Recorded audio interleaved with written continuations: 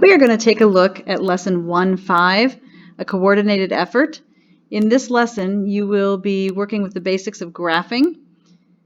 You've done some graphing already. This actually is on page 59 of your textbook. You've done some graphing, you've done some bar graphs, you've done some pie charts. We're going to look at some other types of graphing that you may be able to use. If you scroll down to about the middle of the page where it starts the classwork, we have some data that's given to us. It says most people know that the economy in the United States went through a very rough patch starting in late 2007. How much we've recovered depends on who you ask, as there are conflicting numbers and viewpoints. One common way to measure the strength of the economy is through unemployment numbers. These data tables display the average annual unemployment rate for the years 1992 to 2015. This is an example of time series data, which are quantitative data that have been collected at different points in time. A time series graph displays values on the y-axis compared to equally spaced time intervals on the x-axis. So look at the data that's given in the chart there. Number 1 asks us to use the table to write a verbal description of trends that we see over the 24-year period. I can get an idea of what's happening. I can tell you that from 1992 to 2000, it looks like it's decreasing, and then it starts increasing again till 2003, decreases again from 2003 to 2007, increases again from 2007, gets really high in 2010, and then seems to start decreasing again after 2010. I'm not going to write all that out because you don't want to watch me write, but that's essentially a description. You can rewind the video and listen to it again if you'd like to. Turn the page to page 60. And we're going to show this instead of as a table, we're going to show it as a time series graph. It's a whole lot easier to see what's happening with the data. When I look at this graph, two things occur to me. It's a lot easier to see the trends than it was looking at the table. And I'm not going to read the rest of his comment there. Number 2 says, use the graph now to write a verbal description of trends in the unemployment rate. Then explain why the graph makes it easier than the table did. So the description is going to be very similar to what we did in number 1, but it's just easier to see. I can quickly look at this graph and determine that from 1992 to 2000, it's decreasing. It increases again for a little bit and then decreases again until 2005, increasing again until 2010 before decreasing again. It's just a nice picture and a nice way to see what's happening.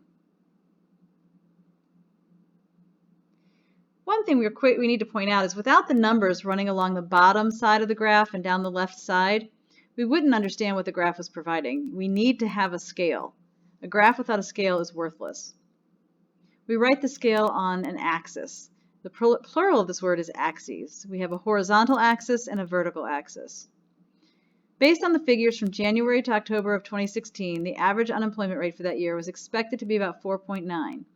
We can add that piece of information to the graph by finding 2016 on the horizontal graph and 4.9 on the vertical axis, then drawing an imaginary line up from 2016 and right from 4.9 until the lines meet. This is where we put the point corresponding to 2016 and 4.9%. Notice that when we found the location to indicate that the unemployment rate was 4.9 in 2016, the imaginary lines we drew formed a rectangle with the two axes. That's why we call this system of graphing a rectangular coordinate system. Each of the numbers we use to locate the point are called coordinates. The horizontal axis is usually the x-axis, and the vertical axis is usually the y-axis. So let's write these here just so we have them. This is usually the x-axis, and this is typically the y-axis.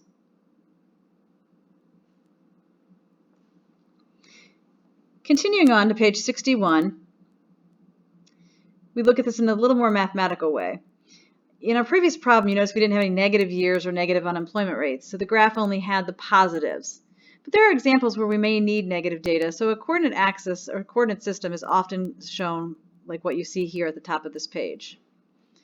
The process of locating information on a rectangular coordinate system, like we did in the previous problem, is called plotting points.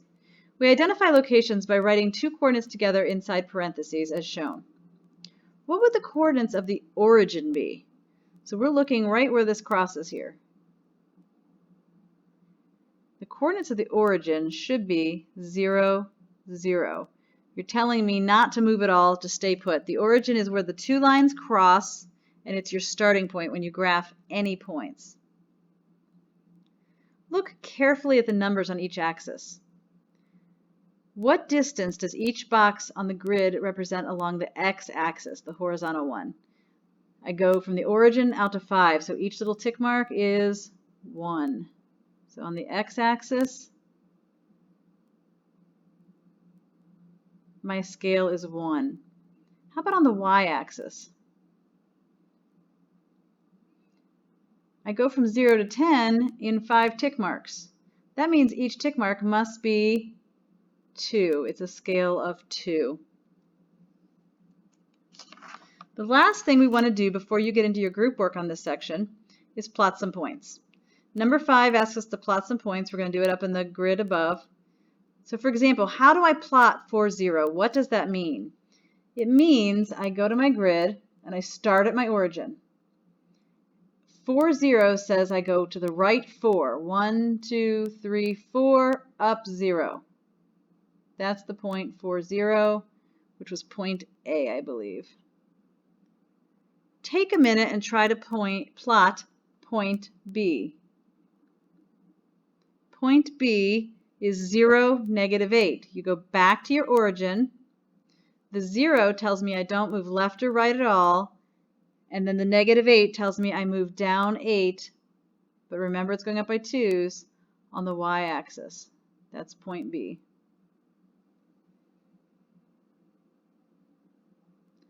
Point C is negative 3, negative 4. I go back to my origin where my pink arrow is pointing. I go left 3 and then down 4. So I count left 3, but I do not put a point there. And then I go down 4. That's going to be point C. And my very last point is point D. It's 2, 7. I go back to my origin where the pink arrow is pointing. I go 2 to which direction since it's positive? I go 2 to the right. And then I go 7 up. So 1, 2, 4, 6. It's going to be about halfway between for point D. That's how you plot points. You're going to be looking at some more line graphs, and your first few in the group work are going to talk about what happens if you don't have a scale. What does that mean and what does it do for us? So you are now ready to start the group work, which starts on page 62.